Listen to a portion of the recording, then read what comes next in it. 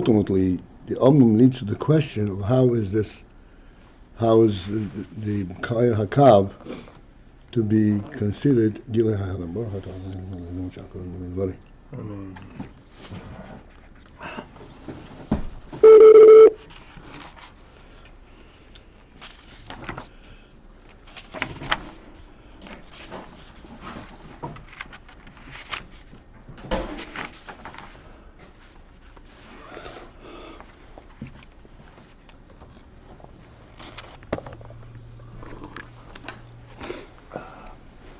Recording. Aye.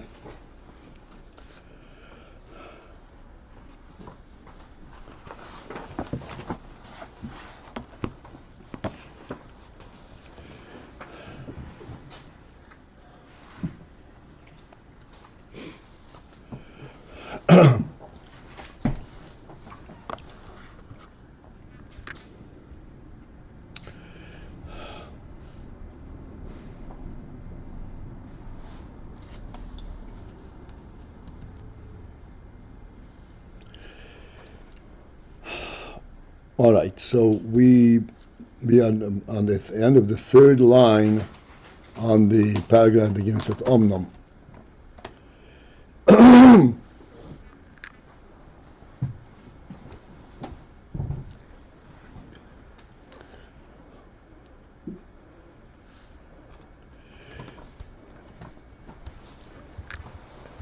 And in presenting this Inyan and preparing for the next question,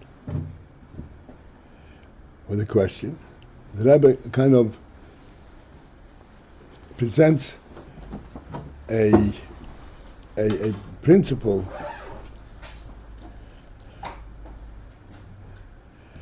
in a kind of slips it through as if this was bepashta, that this is obvious. But still, even though, as in Chaim implies, pardon me, that the sphirot hagnuzos is the mokoir, is the shoyrish for the kav. So there is a shoyrish for the kav. But then, the Chaim implies that you can, the implies that you could have just a tzimtzum of the Ayin Seif and leave the sphirot hagnuzos in place, and that would represent the kav. From that you should be mamshir the kav. And then there would be no need to be mitzamtzim at all the shoyrish of the kav.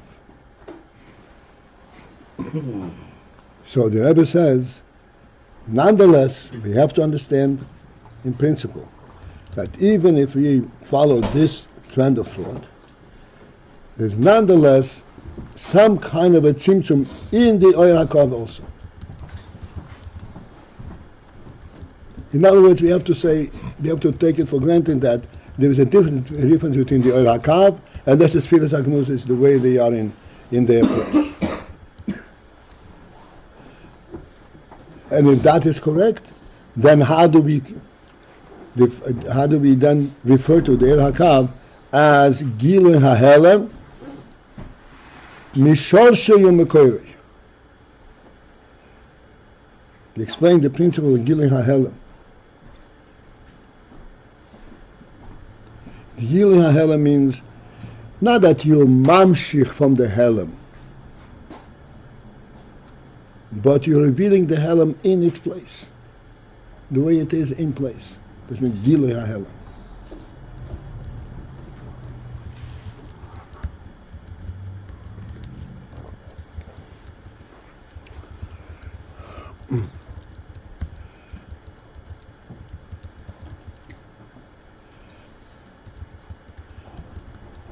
So the Rebbe says, how can the Oyer HaKav be referred to as Gilui HaHelam, when in fact there's a tzimtzum taking place in the sphirot hagnuzos in order to facilitate the hamshocha from the kav.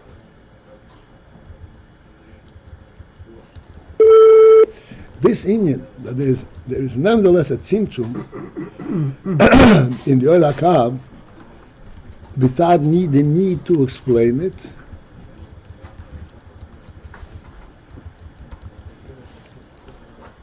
It requires us to focus in on this and understand this principle. That there's a tzimtzum, there's not even a need to explain it.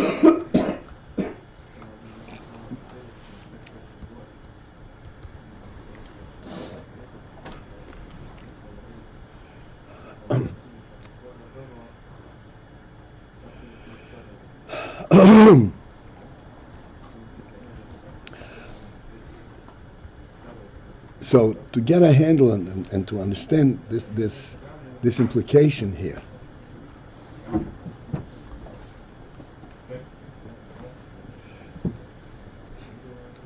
the principle of Gilui HaHelam, at least on a superficial level, we understood it to be exposed by the koyach hamachshava, thought. How so? Thought is a levush hanever, is a levush hanever, levush sechel. How is that Gilui HaHelam? So clearly, machshava is not Gilui HaHelam. Machshava is a separate koyach, is a levush, is a garment to the nefesh. A means by which the nefesh expresses itself. It's not the nefesh, it's a means by which the nefesh expresses itself. A tool, effectively.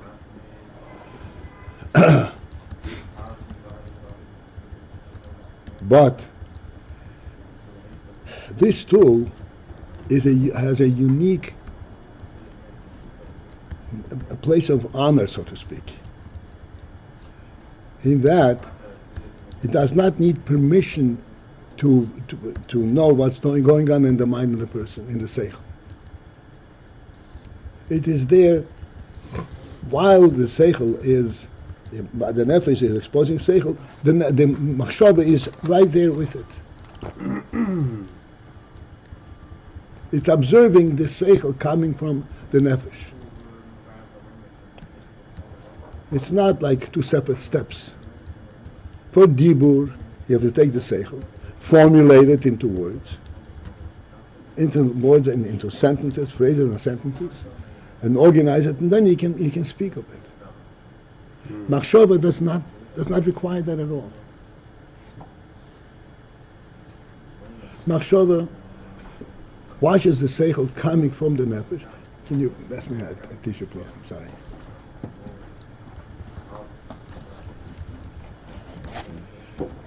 Is observing while it's coming from the nefesh.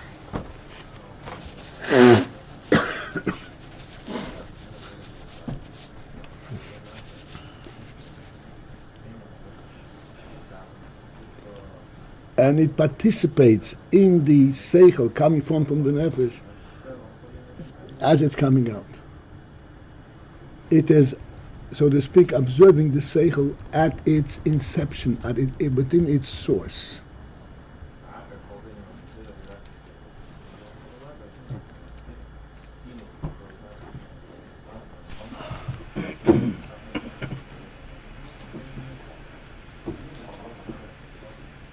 The mashal for this, which is important for us to understand, in order to stay with us. We explained many times that although you can stand outside and look into the room and observe everything that's taking place, and you feel like you know everything that's going on, you actually sense the significance and the life force that's in the room. Then you enter into the room. When you're inside the room, it's a totally different experience.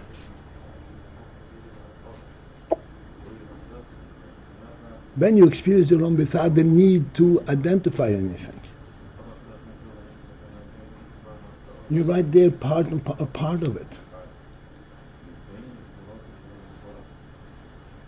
You are then experiencing not what the room is exposing, where that exposition comes from.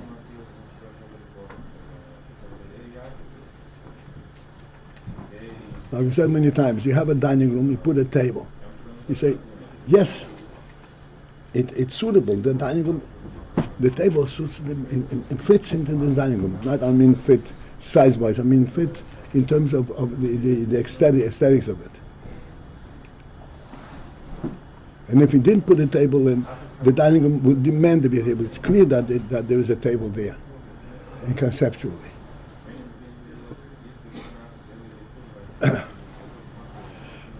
This you experience when you're inside the room. When you're observing from outside, you're projecting the scene. When you're inside the room, you're experiencing the actual spirit of this room.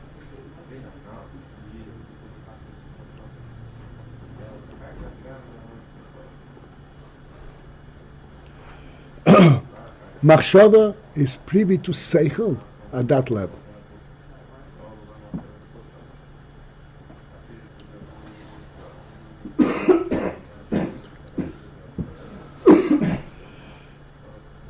Therefore,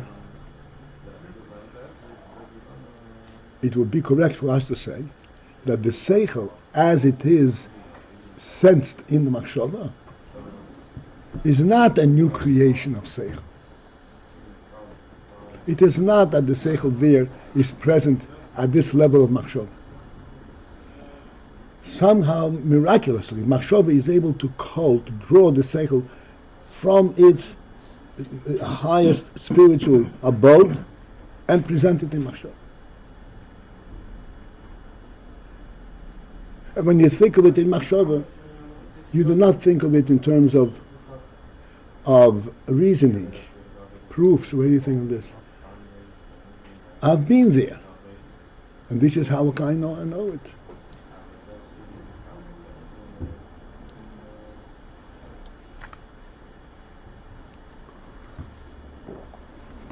This is what's called Giloi HaHelam. The sechel is as we said yesterday, is an emanation of the truth of the nefesh itself.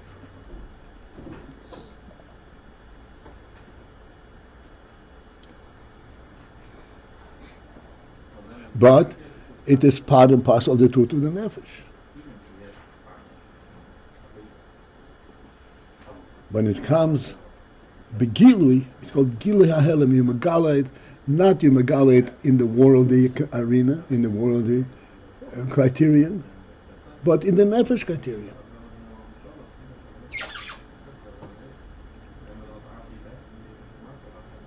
Where you say, this is what my sechel says, for no reason at all.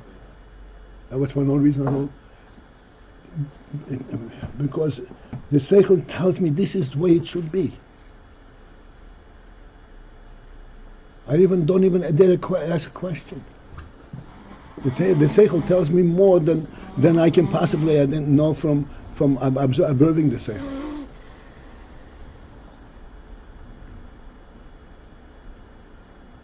This is called Gilui HaHelam. Now, let us, after we understand this, focusing on this, I believe that we all understand this. This is something which is hopefully part of the life experience of everyone. Is the sechel machshava exactly identical to the way it is in the nefesh?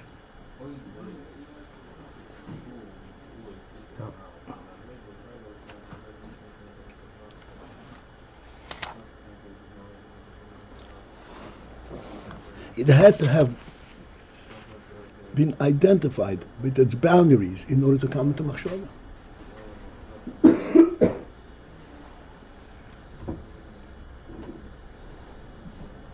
It also doesn't come all at once. I mean, it's you're aware of all. Even if it's even one sechel.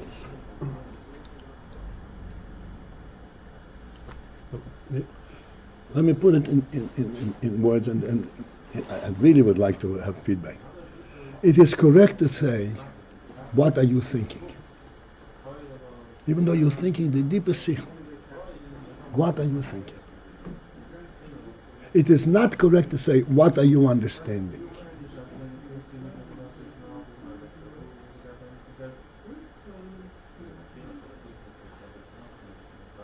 You can't say, how do you understand that?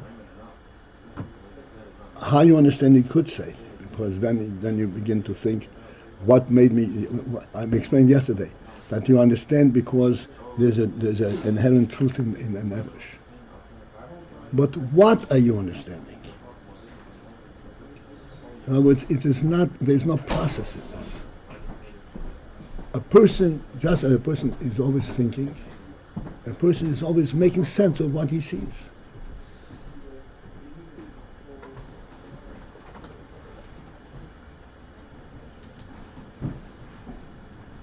But that does not have a procedural presence.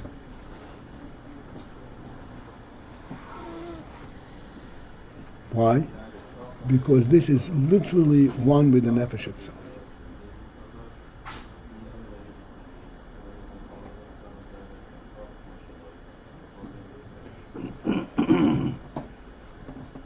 The human being does not need to be taught how a human being looks at things.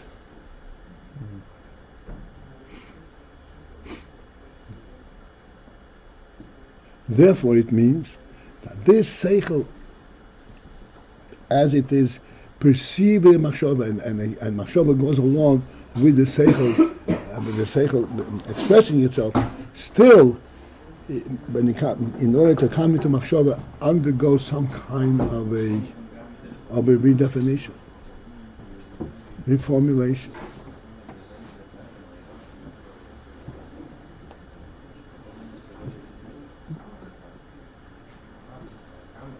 Like we said, very simple. Okay, I'm coming to you. The human being who is lying in the gutter and claims that he is happy where he is.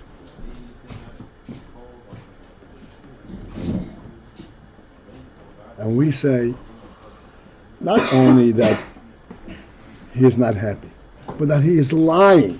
What does lying mean? He's aware that he's telling you something different than what is true to him. That's meant lying.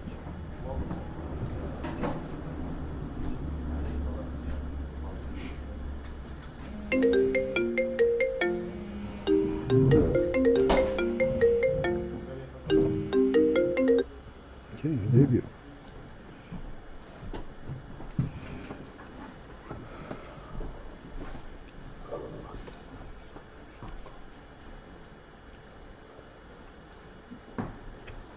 Okay. No, I covered. It does seem like there are two faces to thought. One is where we had the mashal where it is inside the room, which seems to be without definition or without procedure, just a proper, a full sense of reality. And then the other one seemed to be where there had to be definition and was facing outwards towards speech. Now let's come back to being inside the room. Machshava is like being inside the room. The question is, you're being inside the room and you're really experiencing the room. Are you really literally one with the room in the simple sense of the word, or are you aware of the fact that you're inside the room? Well, it's probably. I mean, there are elements of both, but I think when we say inside the room, we actually mean we're using it where you're part of the scene. You're not an outside observer through the window. You are actually one with it, one with the part of the scene from your own perspective, not what he sees, but from your own perspective. You feel that you know everything in the room because you're part of it. Are you aware of this? Are you aware that you're part? What? I'm not getting the question. Are you aware that you are separate but part of it? That you are in the room. Are you aware that you're aware of the room? You do have you'll be able to remember that. Yeah, you're aware. So this is not identical with being in the room. There's always a step removed where you know you're going to go home and remember it. What? No, Tony Innocent, please. You know better than that. Well, it's a very fine point where you're I'm talking about a fine point. From actually I'm talking about a fine point. That's what the Rebbe said. The Rebbe says there is a nevertheless al koponim a tzimtzum. It's a very fine point. If it's one fine point, the Rebbe would put it right there. Right, so this is reflected inside our mashal by the element that you are indeed there and fully part of it, yet you have a sense of I'm experiencing. That this is how we're sensing the I don't know how we're sensing it. I'm asking you. I don't know how we're sensing it. You're inside the room, and you're aware of it. Is there a separate? Is there a lowering of the experience of being inside the room at the level of knowing that I'm inside the room? Is it identical with being inside the room? I'm not hearing the question. Just hear it.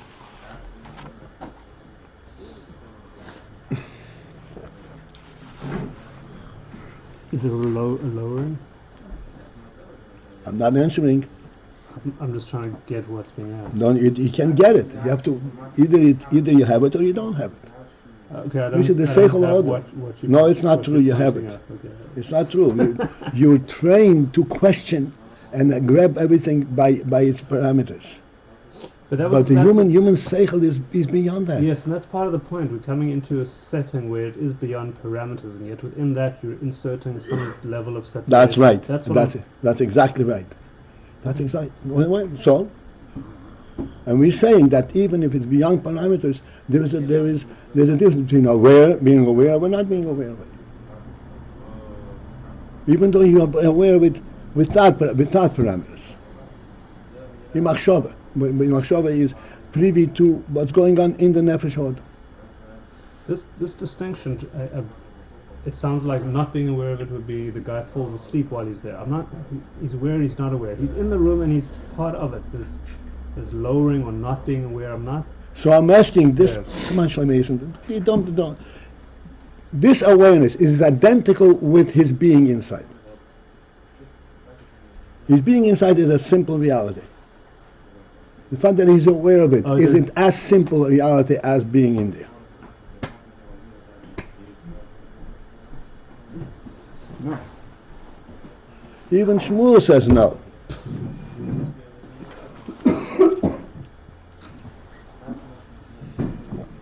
There's no one more scientific in AyinBase than Shmuel. His awareness always lacks. His awareness is a step removed from the simple reality. His awareness retranslate the reality in a completely different realm, even though it's automatic. And it's very refined. And it's not completely different. What? It translates a bit, yet it's okay. It's not like being words, not speech. Not from looking outside. Not from looking outside, but being inside. Yeah. But yet there's a fall off. Yet it's not as pure, it's not correct to say, and this is exactly the reality that is taking place.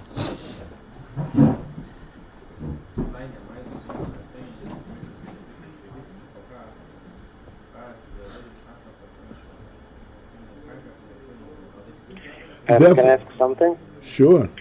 I didn't get it. What we tried to prove that if someone is aware of being in the room, that means that he's not part of the room. The what? He's not part of the room. No, he's part of it. He's not part of it. He's part of it. Otherwise, he wouldn't be aware of it. We're saying that his being part of it is at a higher and a pure state than his being aware of it.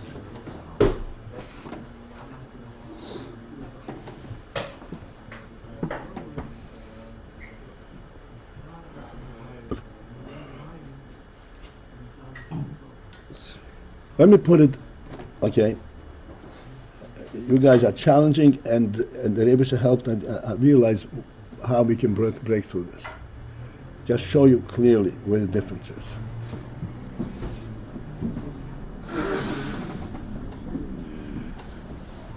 being inside the room does not involve your participation in any which way. The Rebbe can take you and put you into the room. It's completely his doing. You're in the world. That has nothing to do with you. You're in the room because you're in the world because the Rebbe made you there. Period. It's entirely the Rebbe's effect. Pure godly truth. You being aware of it requires your participation. Even though you're participating in a machshava level, you're not questioning anything, you're not doubting anything. But nonetheless, you are a participant. You don't know it because you're in the room. You know it because you know it. That awareness is already machshava. It's not higher than machshava. Whatever it is, it requires a tzimtzum relative to the initial truth. We're saying that's synonymous with the tzimtzums. Yeah, synonymous. I don't know. In other words, it requires a tzimtzum, the lowering of the purity of that truth, to the point where you can put it into awareness. Awareness means it has some kind of boundaries. I know something.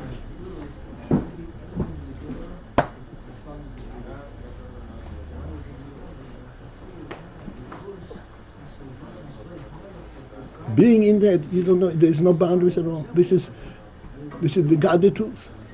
Period. So now that I realize this, I thank you. It's the difference between Vayikor and Vayikra.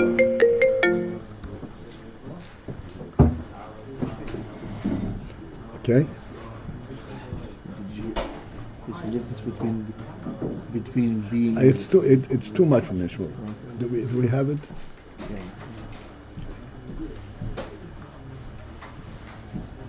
Okay, I just want to start inside the next few words. Ahoinyan hu, however the Indian is. Now what we're saying, that there has to be a tzimtzum. So how do we then refer to it as Gilui HaHelem? Be aware of it. How do we refer to it as Gilui HaHelem? Ahoinyan hu, however the Indian is.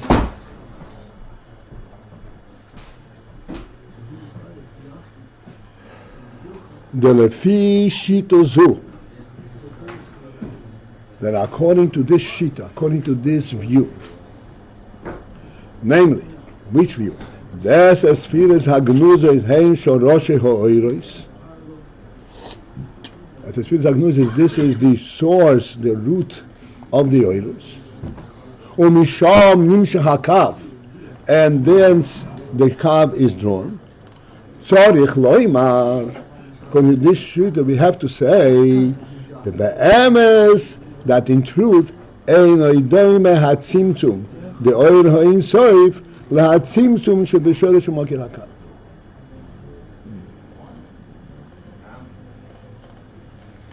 Okay, again, the Rebbe cuts a lot of corners over here. But what the Rebbe is saying, yes, indeed, there has to be a tzimtzum. There's a tzimtzum, yes, a sphirot hagnuza in order to produce a kav. However, the tzimtzum that is identified when tzimtzum the oil in soif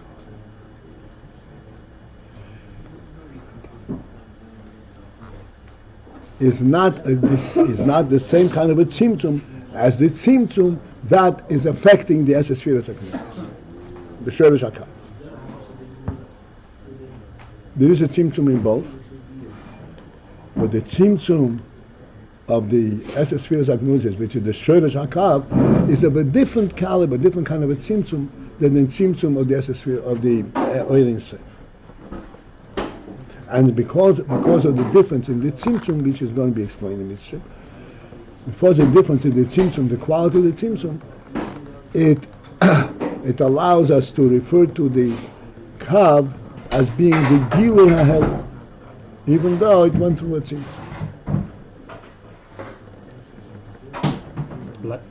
Like thought. I don't know how it's like. Okay. I mean, as we use the mashal of thought. We use the motion of thought to point out there's a tzimtzum. Now he's going to explain that there's a difference between this tzimtzum and the tzimtzum of that tzimtzum the Ayin Sof.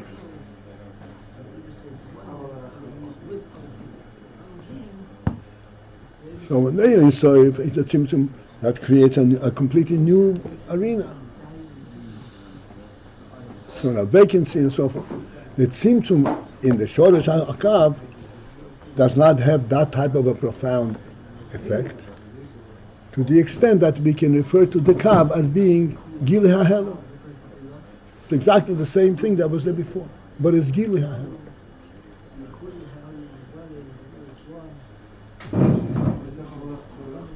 Okay, this is it.